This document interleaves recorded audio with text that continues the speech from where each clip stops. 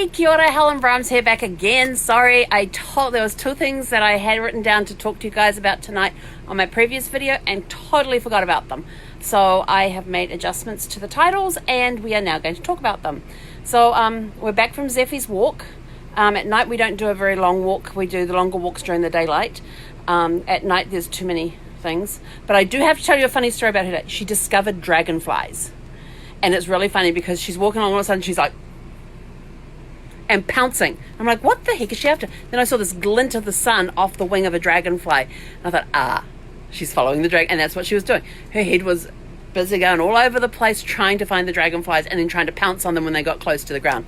It was so funny because you couldn't really see what she was chasing, which made it even funnier. So I have a little bit of a dilemma. All right, so I'm going to turn the camera around here a little bit so you can see this. Well, first of all, this is my AC unit number 1. It is responsible for my living area, all of this area in here. Up here you can see AC unit number 2, which is for the bedroom. The bedroom's through there. Okay, these vents, it's very noisy here at the moment because this one's activated, are where the air comes out. And I've got 2 vents in the ceiling and they're open. But look at this cool little thing. Do you know what this is?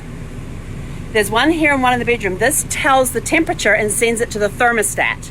The only problem is that this vent comes directly down on the wall onto this, and this is the controller for, this is the temperature for AC unit number 1.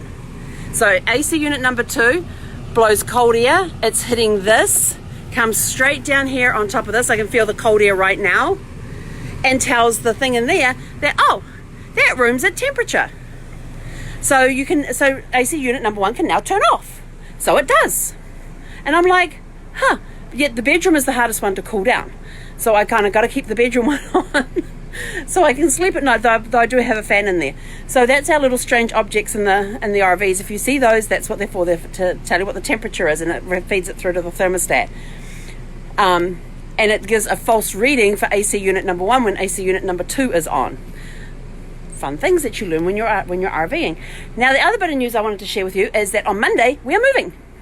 Yep, I'm a member of Thousand Trails, which has a whole bunch of campgrounds in different locations around in different areas across the US.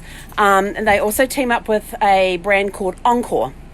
This is an Encore property we're at, and the type of membership I have with Thousand Trails allows me to stay here for free for up to 14 days. I thought it was 21. I got told today that it's up to 14.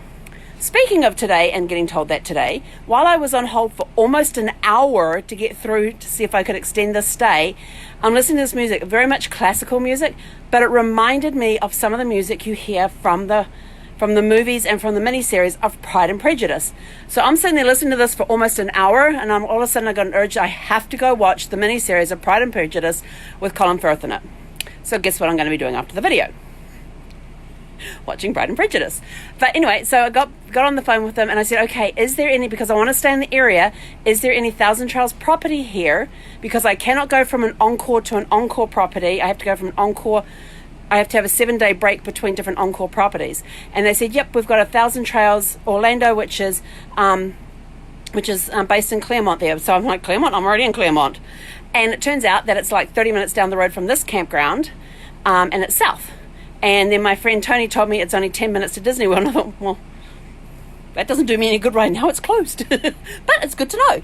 And I thought, well, no wonder they have wide open spaces in there, because none of the spring breakers are coming down because Disney World is closed.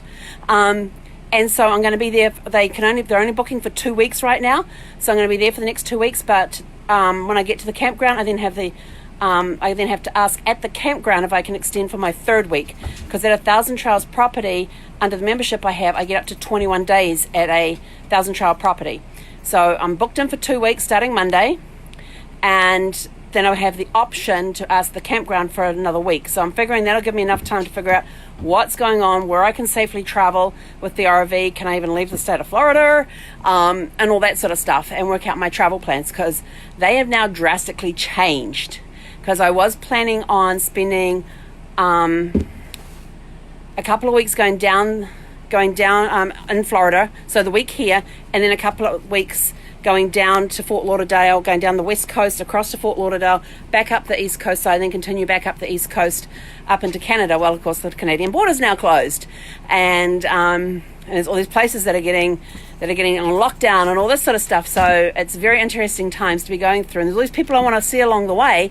So I may not be seeing the people I need to see along the way because they may be in areas that are in lockdown. So and then we heard that gas stations were getting closed, rest areas were getting closed, and then all the truck drivers kicked up such a stink about it because you want us to deliver this stuff. They have all these goods and services and stuff that you want us to deliver. We can't deliver if we can't get gas, if we can't get diesel, and if we don't have a place to stop and rest.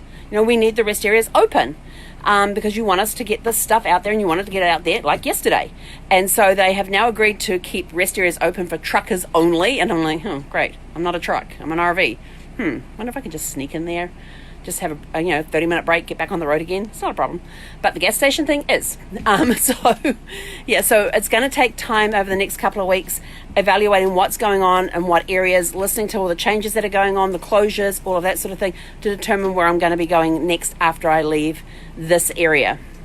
And I will say it is hot and humid down here, which is why I stay inside with the AC on, because they're also in change of season, which is affecting my, I have pollen, grass, and ragweed are my three major triggers for allergies.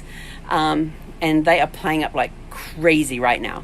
So, and of course when I'm outside and I get an allergy attack, I start coughing and hacking and sneezing and that, and people are like, I'm like, just allergies. I swear it's just allergies.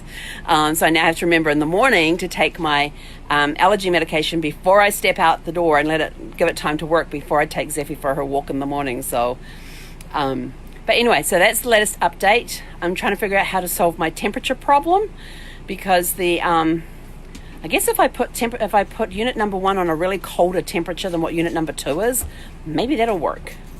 But then I won't hear what the movie is. Then I won't be able to watch the video because these units are loud. And because I don't think I'm going to be sitting directly underneath one to watch something on the screen, yeah.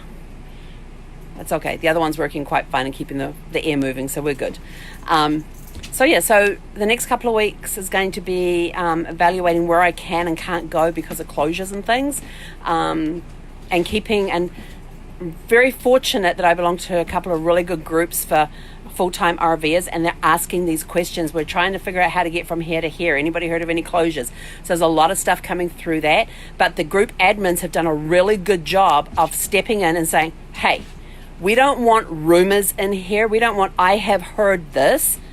If you're going to post about closures and something, we want links we want official links to where they've got the information that that's closed. Like some states have closed their state parks, which is fine because there's private RV parks that are still open.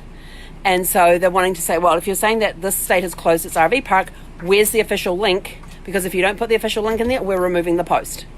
So I thought that is really cool that they are taking those steps. So people are now being more active and putting in there the fact that, hey, this is now closed. Here's the article for it, or this is closed. Here's the official thing from the state website, from the whatever website to say that this is closed, that's closed, blah blah blah blah blah. So it's good to belong to a community like that where I can get that information from, because if I get in Sparkles and start driving and there's no gas stations open, I'm screwed. So for now we're on a pretty full tank right now.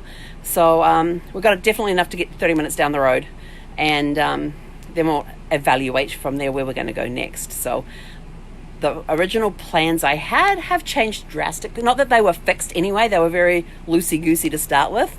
Well, now it's sort of like going to be more detailed planning and having to allow for changes to go along. I'm still planning on being in Colorado Springs for June, unless Colorado Springs gets locked down. And I can't get up there, or I've got to go through an area that's locked down. So it's interesting times being out here on the road, making it a very interesting journey. But it's all good. It means I get to hang out in different areas for a little longer. I may not get to cross as many states off my state map as I had planned, but that's okay, because there's always next year. There's always, after I go back to California, catch up with the family and everything, then there's always a chance that I can go visit those other states as well. It's very interesting times to live in, but I am I am looking forward to what is going to be happening down the road and the adventures that are going to come, because there's going to be adventures along the way. Some people are like freaked out about it. There's nothing you can do about it. It's just, find ways to have joy each day. Find ways to find some happiness in the day. I'm doing videos every morning now that will give you a mindset challenge, a business challenge if you work from home, if you have a home-based business, and a fun challenge. So tune in for those each morning. I don't have a set time for those. I am sorry. It is basically once we're up, we've walked the dog and we come back, which is usually kind of around 10:30 in the morning, Eastern time, which works out fine for those on the Pacific Coast because it's around 8:30. But yeah, so I'm trying to get a consistent time, but it's not working very well right now because I also have to look at my meeting schedule because I do have morning meetings as well. But fortunately, they're on Pacific time, so they don't start till around 12 noon, so which is kind of cool. Unfortunately, the evening ones go a little later, but that's all right. It's all part of the thing. Yet my body still kind of feels like it's on California time because I am not going to bed. I usually go to bed like around between 9 and 10. And right now I'm sort of like wide awake and wired.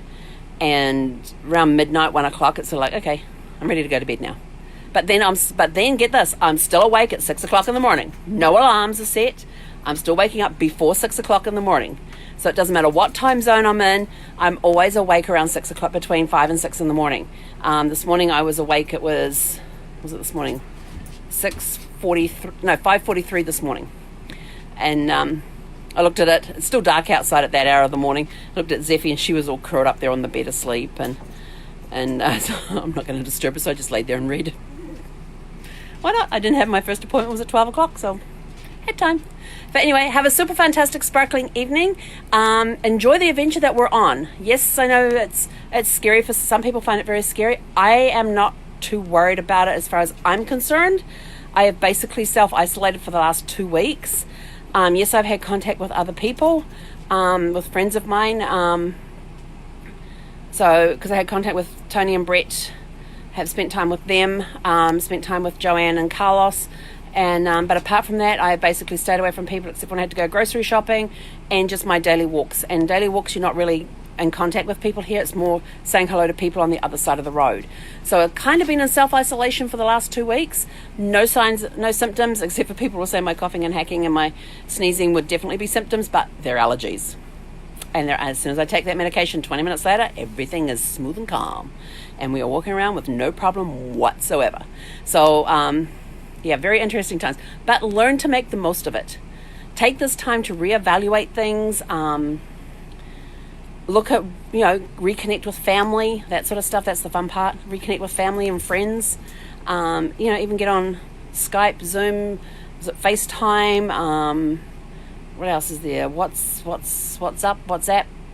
I don't know. There's all these different apps out there where you can do person-to-person calling with faces, where you can see their faces. So find those, get on them, say hi. I know it's not the same as being in person. I really miss the person contact. But that's the way it is right now. So I'm just making the most of it as the best I can and helping others do the same. So have a super fantastic sparkling evening. We will catch you tomorrow with your mindset, business, and fun challenge for tomorrow. They're good too. Hey, konera.